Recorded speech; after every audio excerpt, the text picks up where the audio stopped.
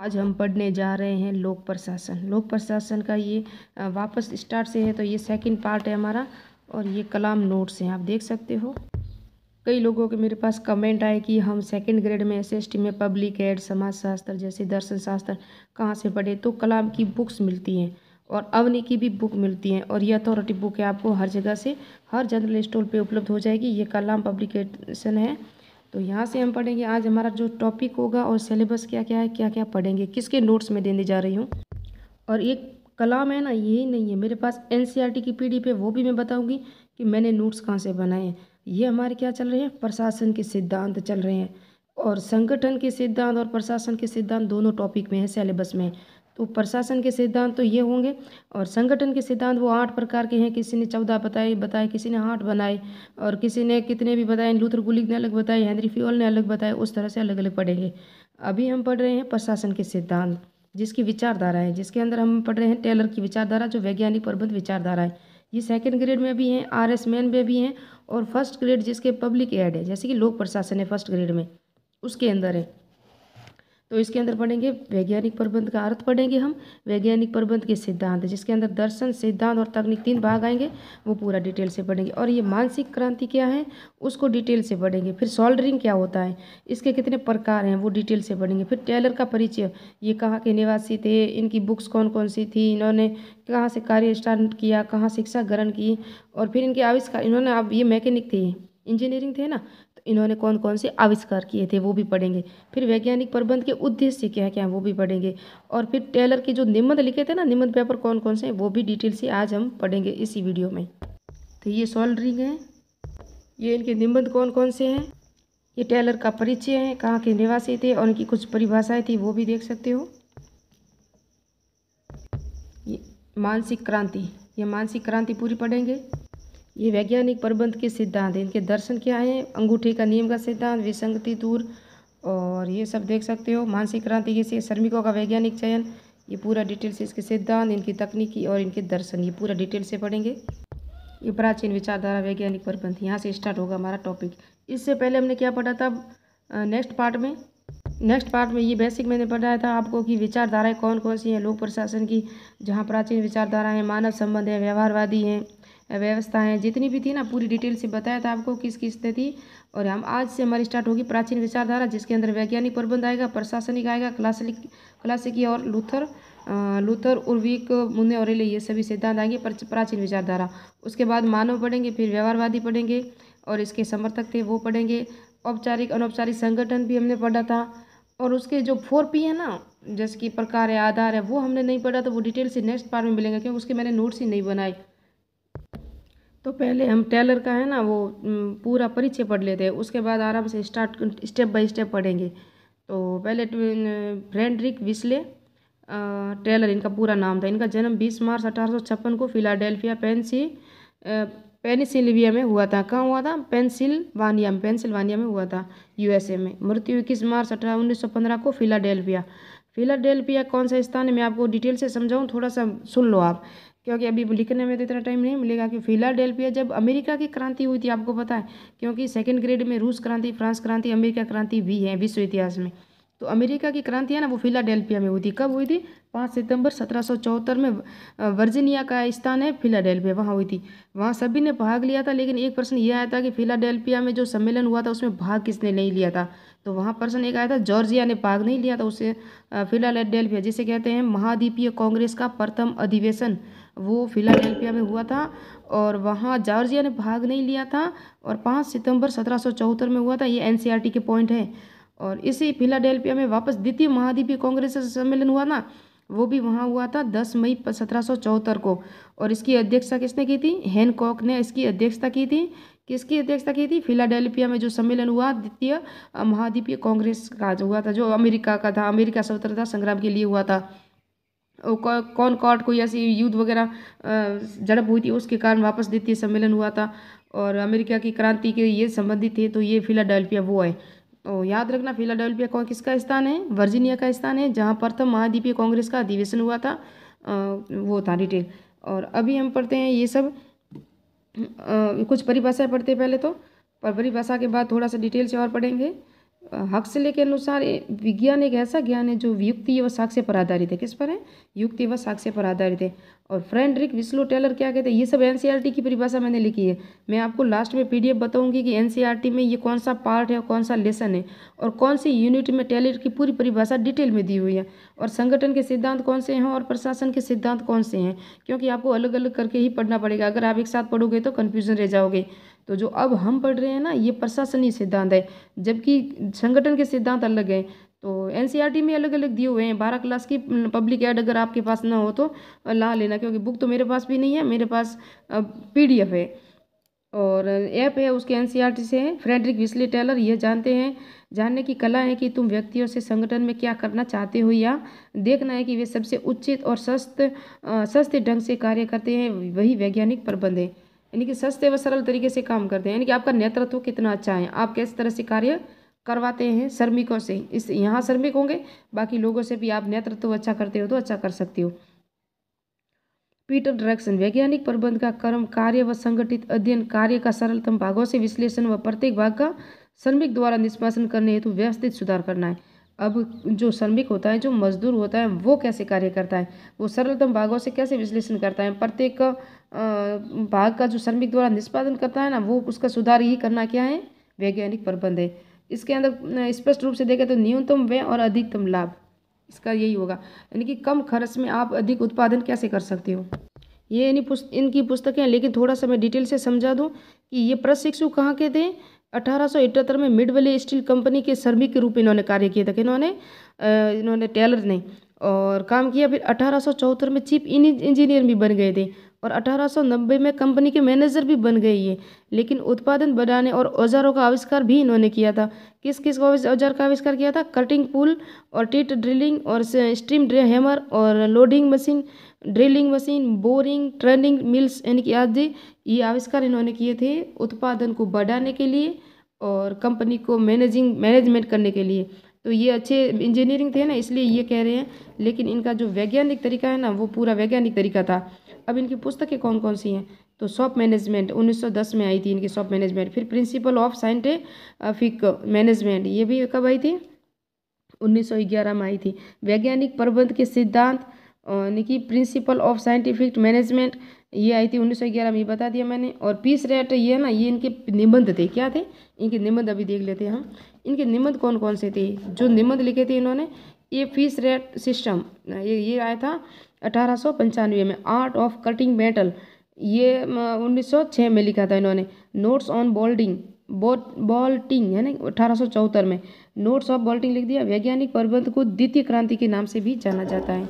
ये जो वैज्ञानिक प्रबंध है ना, उनको द्वितीय क्रांति के नाम से भी जाना जाता है। और क्योंकि इसके अंदर बहुत से ये पेपर्स या निबंध इसलिए लिखे थे कि कंपनी में सुधार के लिए या संगठन के सुधार के लिए। जो संगठन हमारा है, जो जहाँ हम कार्य कर रहे हैं, इनका वैज्ञानिक संगठन था। वैज्ञानिक तरीके से कंपनी के अंदर कैसे उत्पादन किया जाए, उत्पादन को कैसे बढ़ाया जाए और खर्च भी कम होना चाहिए, ये इनका मेन पॉइंट था।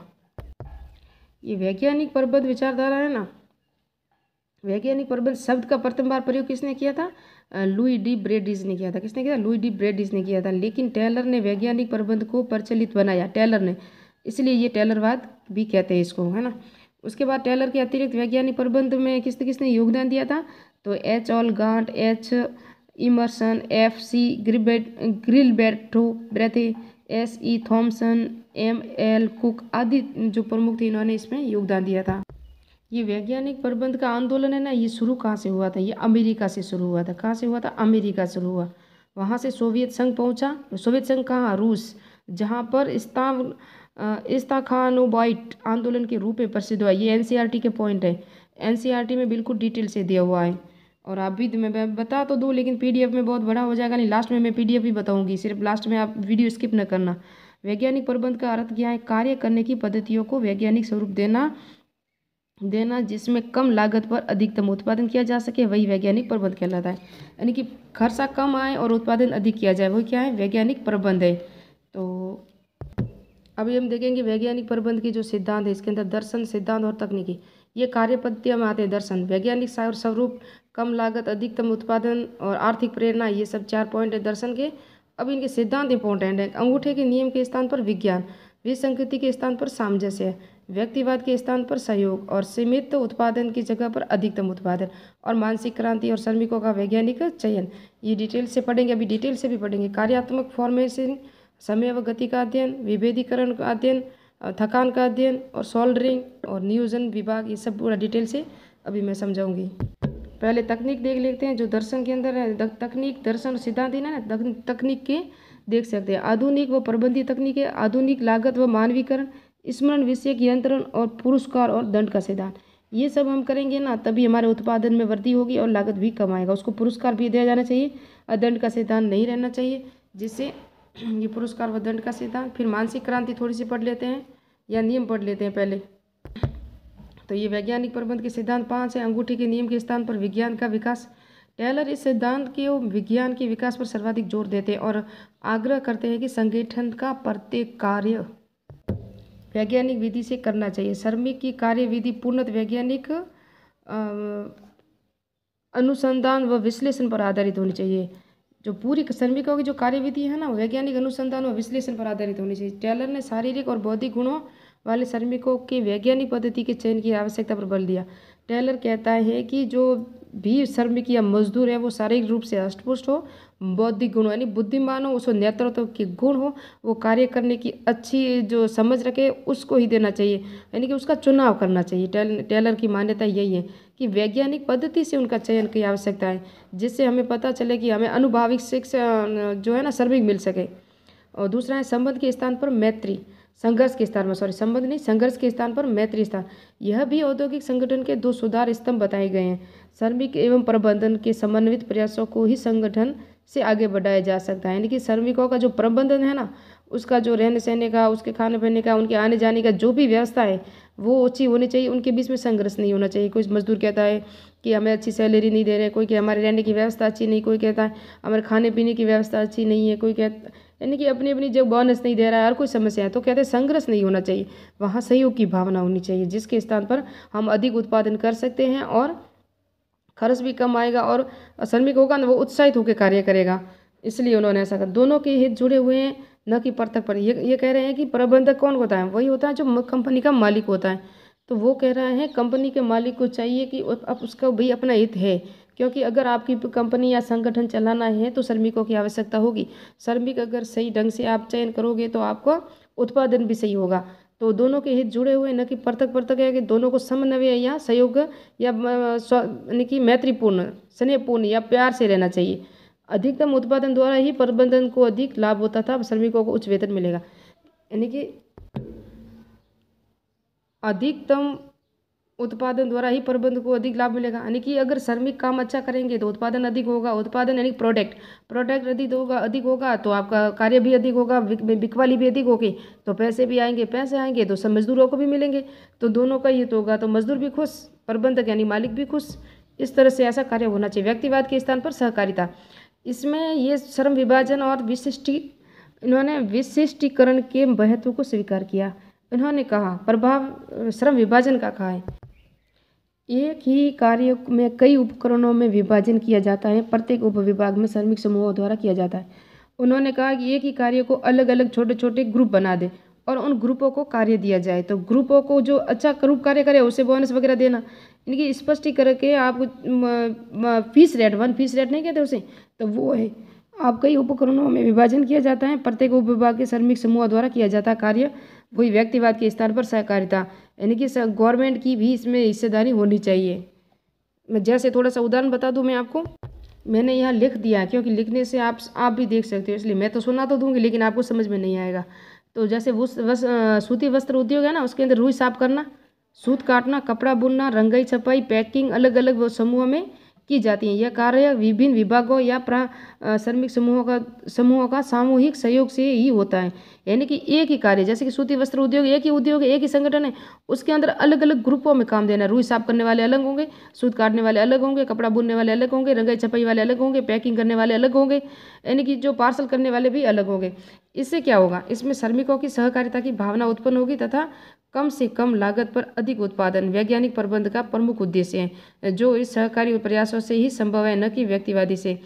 तो इसमें आप अलग अलग ग्रुप बनाओगे, जो अच्छा कार्य करेगा उसको बोनस भी दिया जाएगा और गवर्नमेंट की हिस्सेदारी होनी चाहिए। आपको पता है मौलिक अधिकारों में नीति निर्देशक तत्वों में भी दिया हुआ है, अनुच्छेद है शायद तो 43 का है या 48 का, नहीं 43 का है शायद।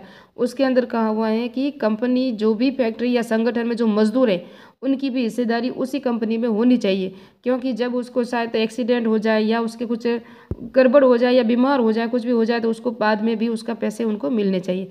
इसलिए से वहाँ उनका अनुच्छेद में भी दिया हुआ है। तो यहाँ भी सहकारी हिस्सेदारी की बात कर रहा है एफ फ्रेडरिक विस्लो टेलर। यहाँ सीमित उत्पादन के स्थान पर अधिकतम उत्पादन। टेलर की अवधारणा श्रमिक व मालिक को दोनों की खुशहाली यह तभी संभव है जब दो उद्यम अधिकतम उत्पादन करेंगे। उद्यम यानी कि मजदूर अधिकतम उत्पादन करेंगे तभी दोनों के बीच में होगा। लेकिन ये भावना कहीं ना कहीं जाके गलत साबित हो जाती है। कैसे हो जाती है पता है? मजदूर तो अच्छा काम कर लेता है, लेकिन सर में जो प्रबंधक जो मालिक होता है उसे पैसे भी अच्छे मिल जाते हैं, लेकिन वो मजदूरों को बोनस नहीं देता। वो उनको हर एक गिफ्ट वगैरह नहीं देते, उनको उनकी हतोत्साहित वो रहते हैं, उनको खुश उनकी खुश करने के लिए कुछ बोनस देना, उनके लिए कुछ भी करना, तो वो नहीं करते। इस वजह से दोनों के बीच मन मुटाव रहता है। अगर मालिक भी मजदूरों के साथ काम करे, उसका नेतृत्व करे, उनके साथ साथ रहे, उनका जो भी निरीक्षण करे, पर्यवेक्षण करे टाइम टाइम पे, तो ये सब नहीं होगा। अगर मालिक खुद उस मजदूरों के भरोसे रह जाए, फिर कार्य भी नहीं करे मजदूर, और फिर आके वापस उसी पर भी आप दबाव डालोगे, तो ये नहीं हो सकता। मालिक को भी साथ साथ में रहना पड़ता है, तभी कार्य अच्छा होगा। विशिष्टीकरण और श्रम विभाजन से श्रम विभाजन करने से उत्पादन का पैमाना बड़ा होता है। प्रत्येक श्रमिक को अधिक वेतन और मालिक को अधिक लाभ, उपभोक्ता को सस्ती वस्तुएं, सीमित उत्पादन के स्थान पर अधिक उत्पादन पर अधिक जोर देते हैं। यानी कि विशिष्टीकरण और श्रम विभाजन करने से उत्पादन का पैमाना बड़ा होता है। विशिष्टीकरण होगा, श्रम विभाजन करेंगे तो क्या, मैंने कहा ग्रुपों में बांट देंगे, ग्रुपों में बांटेंगे तो क्या होगा, वहाँ उत्पादन अधिक होगा। उत्पादन अधिक होगा तो वेतन भी अधिक मिलेगा उनको, और उपभोक्ताओं को भी लाभ मिलेगा, क्योंकि वहाँ वस्तुएं जो भी प्रोडक्ट होगा वो सस्ता मिल जाएगा। जब जब बाजार में ज़्यादा माल आएगा, ज़्यादा आवक होगी, तो वो वस्तुएं सस्ती हो जाएगी। सस्ती हो जाएगी तो उपभोक्ता को भी लाभ है। उत्पादन अधिक होगा तो मालिक भी खुश हो जाएगा, मालिक का भी लाभ है, और मजदूर का भी लाभ होगा, क्योंकि उसको भी बोनस मिल जाए। यानी विशिष्टीकरण और श्रम विभाजन करने से कह रहे हैं ये। सीमित उत्पादन के स्थान पर अधिकतम उत्पादन पर अधिक जोर देता है। सिर्फ टेलर का यही नियम है कुल मिला के, कि कम लागत में अधिक उत्पादन। बस यह है प्रत्येक व्यक्ति का अधिकतम विकास। कारखाने में कार्यरत श्रमिक की भर्ती हेतु चयन वैज्ञानिक पद्धति से होना चाहिए। जो भी आप फैक्ट्री में, कंपनी में मजदूर लगा रहे हो, उनको प्रशिक्षण भी करवाना चाहिए, और उसकी योग्यता निर्धारित होनी चाहिए, उनके पास कोई डिग्री होनी चाहिए। उस वैज्ञानिक पद्धति के आधार पर अगर आप उनका चुनाव करोगे तो आपकी जो कंपनी है ना वो अच्छी चलेगी, जिससे योग्य और दक्ष श्रमिकों का चयन है, जिससे इनकी कार्यकुशलता में वृद्धि होगी। वो कार्य सीख चुके, कार्य करने वाले थे, जैसे कि वो बता रहे फ्रेडरिक विस्लो टेलर, उन्होंने कई बार 18 साल कहीं काम किया, कहीं 8 साल काम किया। उसके बाद वो पहले चीफ इंजीनियर बने, फिर मैनेजमेंट बने, मैनेजर भी बने। यानी कि उन्होंने खुद ने उत्पादन किया, और उनको भी डिग्रियाँ भी ली थी, उन्होंने पढ़ाई भी की थी। पढ़ाई उन्होंने कहाँ की थी? उन्होंने पढ़ाई अपनी फ्रांस और जर्मनी में पूरी की थी। शिक्षा जो प्राप्त की थी वो पेंसिल्वानिया में तो उनका जन्म हुआ था, लेकिन शिक्षा उन्होंने फ्रांस व जर्मनी से ली थी। और institute of technology of Hoboken new Jersey में मैकेनिकल इंजीनियरिंग की उपाधि धारण की थी उन्होंने। और 18 वर्ष में आयु मैंने कहा इंटरप्राइज हाइड्रोक्लोरिक वर्क फिलाडेल्फिया में कार्य प्रारंभ किया था, और 4 वर्ष तक वहाँ उन्होंने कार्य किया था। ये डिटेल से भी मैंने बताया था ना। तो यही कह रहे हैं कि उनको कार्य उन्हीं को देना चाहिए जिनके पास वैज्ञानिक विधि से इनका चयन किया जाना चाहिए। और एक गणित के टीचर को आप अगर इंग्लिश पढ़ाने जाओगे तो वो नहीं हो सकता। इंग्लिश वाले टीचर को आप कहोगे कि आप साइंस पढ़ा लो तो उनसे नहीं होगा। आर्ट्स वाले को कह दोगे कि आप साइंस पढ़ाओ तो साइंस नहीं पढ़ाएगा, साइंस वाले को आर्ट्स नहीं आएगी। इस तरह से हर एक फील्ड में अलग अलग सबका अलग अलग कार्य है। तो उन्होंने कहा वैज्ञानिक विधि से ही कंपनी में, जैसे कंपनी को मजदूरों की आवश्यकता है, उसी पद्धति से उनका चुनाव करना चाहिए, चयन करना चाहिए। अभी सोल्डरिंग और मानसिक क्रांति 2 टॉपिक रहे, वो भी पढ़ा दो। फिर आपको एनसीईआरटी की पीडीएफ में दे दूंगी, जहाँ से मैंने आपको पढ़ाया। वीडियो चाहे कितना भी बड़ा हो जाए, देना पूरा ही है। तो सोल्डरिंग क्या होता है? संकल्पना है सोल्डरिंग, यानी कि इसे काम चोरी कहते हैं। क्या कहते हैं? काम चोरी जो होती है संगठन के अंदर होती है, जो श्रमिक करते हैं या मजदूर करते हैं। ये टेलर की अवधारणा थी। सोल्डरिंग यानी संकल्पना श्रमिकों के उत्पादन में सीमित रखने की प्रवृत्ति का नाम है। श्रमिक कहते हैं उत्पादन कम करना है, मजदूर कहते हैं क्यों करना है, ये सब डिटेल से अभी देखेंगे। सोल्डरिंग के 2 प्रकार है, यानी कि ये चोरी है, काम चोरी है। प्राकृतिक सोल्डरिंग क्या होती है और व्यवस्थित सोल्डरिंग क्या होती है। प्राकृतिक यानी आराम से काम करना, ज़्यादा परिश्रम न करना, आलसीपन, यानी कि आराम से करना ही है, कहाँ जाना है। क्योंकि मैंने कहा ना, जब तक मालिक साथ में नहीं है आपके संगठन, आपकी कंपनी का कोई विकास नहीं हो सकता। तो वहाँ वो होते नहीं है, थोड़ा सा आराम कर लिया, आलसीपन भी हो जाता है। चलो हमारी कौन सी घर की काम है, आज का दिन जाना है, कल और देख लेंगे जो होगा। दूसरी क्या होती है, ऐसे इस तरह के वो काम चोरी कर लेते हैं, काम नहीं करते, वो कहते हैं प्राकृतिक सोल्डरिंग। दूसरी होती है व्यवस्थित। इसमें श्रमिक का यह प्रयास रहता है कि मालिक के उत्पादन की आशा हमेशा कब बनी रहे, यानी कि सब मजदूर है ना, वो कम कम उत्पादन करेंगे तो मालिक को ये लगेगा ये इतना ही करते हैं, इससे ज़्यादा वो कर ही नहीं सकते, कभी होगा भी नहीं। तो वो मालिक के तो बिल्कुल पास में ही रहते हैं, लेकिन राजनीति बहुत बड़ी कर लेते हैं, साथ साथ में रह के ही वो ऐसा काम करते हैं और कहते हैं कोई नहीं, अब की बार हो जाएगा, अब की बार, ऐसे ऐसे टाल टाल के मालिक को बेवकूफ़ बनाते रहते हैं।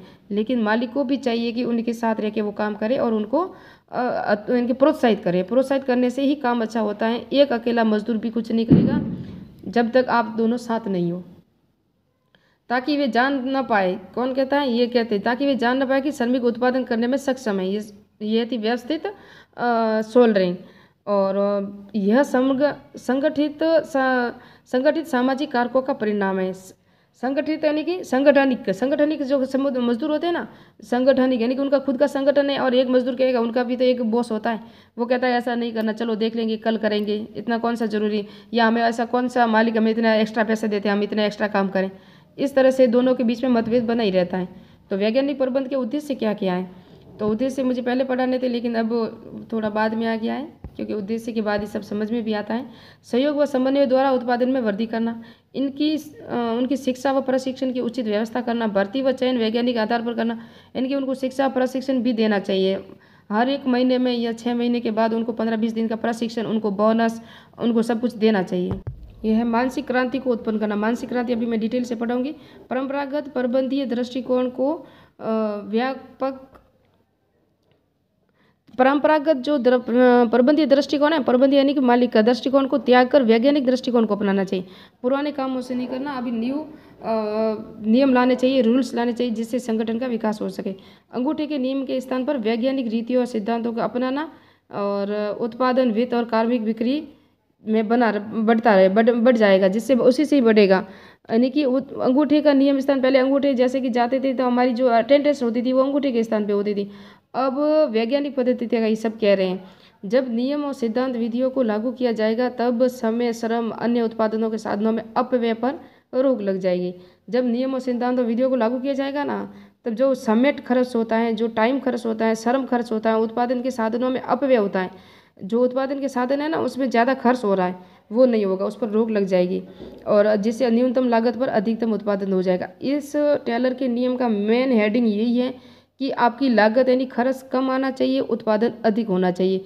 किस विधि से होना चाहिए, कौन सा सिद्धांत अपनाना चाहिए, किस तरीके से होना चाहिए, मालिक और मजदूर के बीच में कैसा संबंध होना चाहिए, मेन पॉइंट हेडिंग यही है इसके अंदर। योजनाओं को लागू करना, समय समय पर श्रमिकों की कार्यकुशलता और रुचि, थकान, नीति, गति, समय पर अध्ययन करना, यानी कि जो मजदूर होते हैं ना उनके समय समय कार्यकुशलता और रुचि, थकान आदि जो है ना, गति, समय का भी उनको ध्यान रखना चाहिए, अध्ययन करना चाहिए। किसके द्वारा, मालिकों के द्वारा। मजदूरी समय पर, बोनस, प्रामाणिक वस्तुओं का उत्पादन करना। अगर उनकी मजदूरी समय पर मिलेगी, उनको बोनस मिलेगा, उनको एक्स्ट्रा पैसा मिलेगा ना, तो वो प्रामाणिक यानी कि अच्छी वस्तुएं बनाएंगे, यानी कि हम कहते हैं अथॉरिटी, यानी कि क्रांति क्या है। अब ये मानसिक क्रांति में थोड़ा सा समझा दूँ आपको कि टेलर ने वैज्ञानिक प्रबंध का मूल आधार मानते हैं, इससे मानसिक क्रांति को मूल आधार मानते हैं। इससे तात्पर्य यह है कि श्रमिक व मालिक दोनों की दृष्टिकोण व विचारधाराओं में आमूल चूक परिवर्तन होना चाहिए। इनका मानना है कि मालिक, और जिसे प्रबंधक कहते हैं, प्रबंधक और मजदूर दोनों के बीच में दृष्टिकोण के रूप में परिवर्तन होना चाहिए, उनकी विचारधाराओं से, उनके संबंधों से, उनके जो भी रवैये से है ना। सामान्यतः मालिक है ना, मालिक श्रमिक से काम चाहते हैं और श्रमिक मालिक से अधिक मजदूरी। यह दोनों एक दूसरे का विरोधी समझते हैं, बस एक दूसरे के बीच में विरोधी भावना रहती है। इसे कहते हैं मानसिक क्रांति। मजदूर चाहता है कि उसे वेतन मिले, उसे बोनस मिले, उसे यानी कि कुछ भी योजनाओं का लाभ मिले, और उसे यानी कि प्रशंसा भी हो। लेकिन मालिक चाहता है कि वो उत्पादन अधिक करे, टाइम पर आए, टाइम पर जाए, मेरा कहना माने, ऐसा होता है। लेकिन ये तभी ये मानसिक यानी दोनों के दिमाग में द्वंद्व होता है। लेकिन ये तभी संभव है, ये दोनों एक जगह बैठ के, जैसे मालिक उसको वेतन दे, उसको बोनस दे, उसकी प्रशंसा करे, और मजदूर को चाहिए कि वो उत्पादन अधिक करे, टाइम पर आए, मालिक का कहना माने, तो इन दोनों के बीच में जो मानसिक क्रांति द्वंद है ना वो दूर हो जाएगा। तो इन दोनों में अगर समन्वय रह जाएगा ना, तो कंपनी जो भी संगठन है वो अच्छी तरीके से चल सकता है, क्योंकि उत्पादन भी सही टाइम पे हो जाएगा तो वेतन भी आ जाएगा, वेतन भी आ जाएगा तो श्रमिकों को वेतन भी मिल जाएगा। लेकिन इसके अंदर मालिक होता है ना, वो थोड़ा सा भेदभाव करता है, तो मालिक अगर भेदभाव करता है तो फिर मजदूर तो करेगा ही, वो कार्य नहीं करेगा। तो इस तरह से इन दोनों के बीच में मानसिक क्रांति उत्पन्न हो जाती है, वो कहते हैं विरोधी होते हैं एक दूसरे के। एक ये सिस्टम मैंने आपको नहीं बताया था कि जो वैज्ञानिक प्रबंध की तकनीकें थी ना, कार्यात्मक फॉर्मेटिंग, समय गति अध्ययन, विभेदीकरण, थकान और सॉल्डरिंग, तो मैंने बता दिया अभी। नियोजन प्रबंध यानी कि ये सब कार्यों को ही नियोजन करने के लिए होता था। तो इसके अंदर है ना चार चार होते थे, नियोजन इंचार्ज में 4 अधिक मजदूर होते थे, और उत्पादन में भी होते थे। नियोजन वही होगा मालिक, उत्पादन कौन करेगा, श्रमिक, लेकिन दोनों में ही श्रमिक होंगे। और ये संगठन श्रम विभाजन का विशिष्टीकरण के सिद्धांत पर आधारित है। इसके अनुसार विशिष्टीकरण के अनुसार इसके अनुसार प्रत्येक व्यक्ति को वही कार्य दिया जाए जिसका वह कर्मचारी विशेषज्ञ हो, बस ऐसा था। कार्यात्मक फॉर्मेटिंग सिस्टम वो है जो जिस फील्ड में होशियार है उसी फील्ड का उसको कार्य दिया जाए, जो अपनी फील्ड के अंदर वो जानता हो कि हाँ मुझे यही कार्य आता है। तो इस प्रणाली में श्रमिक के कार्यों निर्देशित करने का दायित्व 8 फॉरमैन का होता है। इसमें 4 फॉरमैन नियोजन के संबंधित होते हैं और 4 श्रमिक के उत्पादन के कार्यों को देखेंगे। ये 8 फॉरमैन अधिकारी, 8 अधिकारी प्रत्येक श्रमिक के कार्यों को निर्देशित करेंगे। इन अधिकारियों को नियुक्त करेगा जो वैज्ञानिक तरीके से उत्पादन होगा, यानी कि ये वैज्ञानिक प्रबंध की तकनीकें थी ना उसके अंदर है। अब नियोजन स्तर पर कार्यात्मक, लिपिक, समय गति, लागत और कारखाना अनुशासन, ये तो डिटेल से हम इतना तो कोई पसंद ही नहीं आएगा, इसलिए मैंने सब डिटेल से नहीं पढ़ाया आपको। ये कुछ शब्दावली है ना, इसको अच्छी तरह याद रखना, क्योंकि इसके अंदर एक तो गैंग बॉक्स, स्पीड बॉक्स और इस रिपेयर बॉस और निरीक्षक, ये इंपॉर्टेंट है। गैंग बॉक्स, वो बॉस कौन होगा, गैंग बॉस वही होगा जो पूरी कंपनी के जितने मजदूर हैं ना उनका एक बॉस होता है। वो बॉस हर कोई सूचना वगैरह जो भी श्रमिकों की कार्य सूचना होती है वो सभी श्रमिकों को देता है, वो होती है गैंग बॉस। स्पीड बॉस कौन होगा, जो कार्य की गति पर निगरानी रखते हुए निर्धारित प्रक्रिया के समय कार्य निष्पादन, यानी कि जो कार्य जिस समय पे पूरा करना है ना उसी समय पे पूरा किया जाए, उसे कहते हैं स्पीड बॉस। रिपेयर बॉस, जो मशीनीकरण की रिपेयर, मरम्मत वगैरह करना, वो रिपेयर बॉस। निरीक्षण, इन सब कार्यों का जो भी कार्य देख रेख करेगा वो निरीक्षण होगा।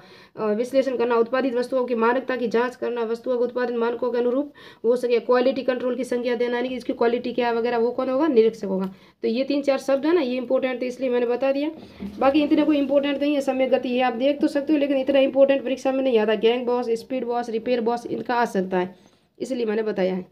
अब इनकी आलोचना क्यों हुई कि टेलर ने अपना ज्यादा ध्यान कारखाना स्तर पर दिया, इसलिए इसकी आलोचना हुई। प्रबंधीय स्तर पर उतना ध्यान नहीं दिया, प्रबंध यानी मालिक की तरफ इन्होंने नहीं दिया है। मजदूरों के तरफ से ज्यादा उन्होंने सोचा था। टेलर द्वारा मानवीय पहलुओं की उपेक्षा की गई और कारण इसकी विचारधारा में यांत्रिक विचारधारा यानी कि मशीनीकरण पर ज्यादा जोर दिया गया।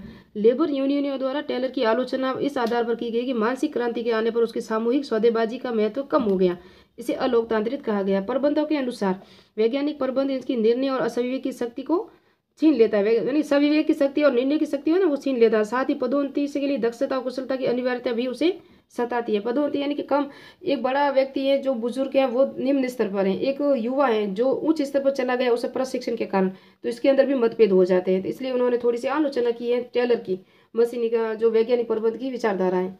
अब हम पढ़ेंगे नेक्स्ट में ये प्रशासनिक विचारधारा जो हेनरी फयोल ने दी थी, और उसके सिद्धांत कौन कौन से थे, क्या क्या उनकी प्रक्रिया थी, 4P और POCC क्या थे, जो पूरा डिटेल से दिया हुआ ना वो पूरा डिटेल से पढ़ेंगे नेक्स्ट पार्ट में। और NCERT की थोड़ी सी PDF भी आप देख लें, मैंने कहा यहाँ से ये कलाम पब्लिकेशन की बुक है, और एक और है मेरे पास NCERT की बुक, उसकी भी PDF का प्रथम यूनिट है, प्रथम अध्याय है, लोक प्रशासन के अध्ययन के विषय के रूप में है ना। तो मैं चाहती हूँ कि वापस मैं स्टार्ट से आपको सारा पढ़ाऊँ, लेकिन अब मैंने स्टार्ट कर दिया संगठन के सिद्धांत। तो पर लोक प्रशासन क्रिया के रूप में देखो ये सब देख सकते। अब लोक प्रशासन प्रथम चरण राजनीतिक दिवाई, लोक प्रशासन के चरण दिए हुए हैं पूरे डिटेल से। द्वितीय चरण प्रशासनिक सिद्धांत, ये सब मैं वापस पढ़ाऊंगी आपको, NCERT के अकॉर्डिंग मैंने पढ़ाया हुआ भी है, लेकिन वापस पढ़ाऊंगी। आज जो हमारा जो टॉपिक है वैज्ञानिक टेलर जो है ना, मैंने कहा प्रशासनिक सिद्धांत पढ़ रहे हैं हम। ये वैज्ञानिक प्रबंध विचारधारा इकाई 2 है। देखो 12 क्लास की NCERT का ये सेकंड पार्ट है। यहाँ से मैं सारे ये नोट्स बनाए हैं आपको, और कलाम से भी लिए हैं और यहाँ से भी लिए हैं। ये निबंध कौन कौन से थे इनके, ये देखो मैंने लिखा है आपको, ये इनकी पुस्तकें कौन कौन सी थी, क्योंकि NCERT में इस तरह से लिखे हुए थे। इनके उद्देश्य देखो ये मैंने लिखा हुआ है आपको, और संघर्ष के स्थान पर मैत्री, ये सब डिटेल है ना ये मैंने यहाँ से ली थी। जितना कलाम में दिया हुआ ना उनसे ज़्यादा एनसीईआरटी में। और प्रबंध की तकनीक है, ये देखो कार्यात्मक फॉर्मेटिंग मैंने लास्ट में बताया ना अभी आपको, इसमें बॉस है 8 नायकों को जो बॉस होता है ये बताया अभी आपको मैंने। और टेलर की कार्यात्मक संगठन पद्धति ये देख सकते हो, क्योंकि प्रश्न यहाँ से भी आता है। तो ये मैंने पूरा डिटेल से आपको नोट्स दे दिया आज। और थकान गति नियम ये भी बताया है। वैज्ञानिक प्रबंध के लाभ कौन कौन से हैं इतना तो कोई डिटेल से नहीं, ये मैंने आपको बताया अभी। और इसके बाद औद्योगिक क्रिया कौन कौन सी थी, ये तकनीक क्रिया, वाणिज्यिक क्रिया, वित्तीय, इतना कोई डिटेल से प्रश्न ये हेनरी फ्यूल का सॉरी ये जो प्रश्न है ना ये देखो वैज्ञानिक प्रबंध के लाभ। और उसके बाद ये जो है ना ये यहाँ से स्टार्ट हो रहा है हेनरी फ्यूल का प्रशासनिक सिद्धांत, ये हम पढ़ेंगे नेक्स्ट पार्ट में यहाँ से। अब ये सिद्धांत चल रहे हैं संगठन के नहीं सॉरी प्रशासन लोक प्रशासन के सिद्धांत चल रहे हैं। और संगठन के सिद्धांत कौन से हैं हेनरी फ्यूल का नेक्स्ट में पढ़ेंगे हम। ये गैंग फ्लग का सिद्धांत है ना हेनरी फ्यूल का, ये देख सकते हो पूरा ऐसे बनाया हुआ है। एनसीईआरटी में शास्त्रीय विचारधारा कितना डिटेल से दिया हुआ है ये देख सकते हो आप, इतना डिटेल से है कि इसकी कुछ विशेषताएं मान्यताएं गुलिक जो गुलिका है ना ये पूरा एक यूनिट दी हुई है संगठन के सिद्धांत के स्थान पर पूरा दिया हुआ है देख सकते हो। लोक प्रशासन का क्षेत्र भी यहाँ दिया हुआ है। तो मैं अभी आपको मैंने बताया, मैंने तो आपको बता दिया कि टेलर की विचारधारा थी। ये आप देख सकते हो ये एनसीईआरटी की 11 क्लास की बुक है जिसके अंदर है संगठन और उसका अर्थ व आधार। तो संगठन के सिद्धांत अभी नेक्स्ट में मिलेंगे। ये इसके औपचारिक संगठन अलग है, अनौपचारिक संगठन अलग है। तो औपचारिक संगठन के अंदर जो आती है ना विचारधारा है वो टेलर वाली आती है, क्योंकि उसके अंदर नियम है, समय है, गति है ना। और उसके बाद हम देखेंगे वो था ना संगठन का अर्थ था या संगठन के सिद्धांत है, ये संगठन के सिद्धांत है हमारे जिसके अंदर पद सोपान का सिद्धांत है। ये 11वीं क्लास की 5वां अध्याय है, आप देख सकते हो यूनिट में 11वीं क्लास की ये 5वां अध्याय है। तो ये पूरा डिटेल से भी आप देख सकते हो, इसके अंदर जितने भी बनाए हुए हैं ना भाई जो ये पूरा डिटेल से देखेंगे हम, कार्यात्मक हैं, प्रतिष्ठा है, वेतन आधारित पद सोपान जितने भी हैं। उसके बाद हम पढ़ेंगे, ये जब टॉपिक पूरा हो जाएगा तो ये प्रश्न उत्तर है वो भी करवा दूंगी मैं नेक्स्ट में। तो मिलते हैं नेक्स्ट पार्ट में इसी तरह से प्रशासनिक की विचारधारा के साथ। और ये हमारी है ना प्रशासनिक विचारधारा है, हम प्रशासनिक विचारधारा हेनरी फ्यूल का जो भी होगा वो पढ़ेंगे। और फिर लास्ट में हम पूर्व एग्जाम के जितने भी और एनसीईआरटी में जितने प्रश्न उत्तर दिए हैं वो भी पूरा करेंगे। और मैं हमारा जो प्राचीन भारतीय इतिहास में चल रहा था वेद, जिसके अंदर अथर्ववेद अभी बाकी रह चुका है, जिसके अंदर ऋग्वेद को पढ़ा दिया हमने, सामवेद को पढ़ा दिया, यजुर्वेद को पढ़ा दिया, पूरा डिटेल से यूपीएससी प्री लेवल के लेवल से पढ़ा दिया है। उसके बाद हमारा ये टॉपिक चल रहा था ये लोक प्रशासन, और लोक प्रशासन और हिस्ट्री दोनों साथ साथ चल रहे हैं। तो देखते हैं क्या होगा अभी। और एक इतिहास दर्शन लेखन जो यूजीसी नेट असिस्टेंट प्रोफेसर कहीं भी एग्जाम हो उसकी डिटेल से मैंने क्रोचे, डिल थे, कॉलिंगवुड और जितना भी आदर्शवादी और चिंतनशील परिकल्पनावादी दर्शन वाले जितने थे ना वो डिटेल से वो भी पढ़ा दिए, उनकी भी प्लेलिस्ट बनी हुई है। तो जो आप मेरे पास जितने भी नोट्स हैं ना वो एनसीईआरटी या अथॉरिटी नोट्स ही हैं। तो मिलते हैं नेक्स्ट पार्ट में नेक्स्ट वीडियो में। मेरे चैनल को सब्सक्राइब कीजिए, लाइक कीजिए और कमेंट भी कीजिए।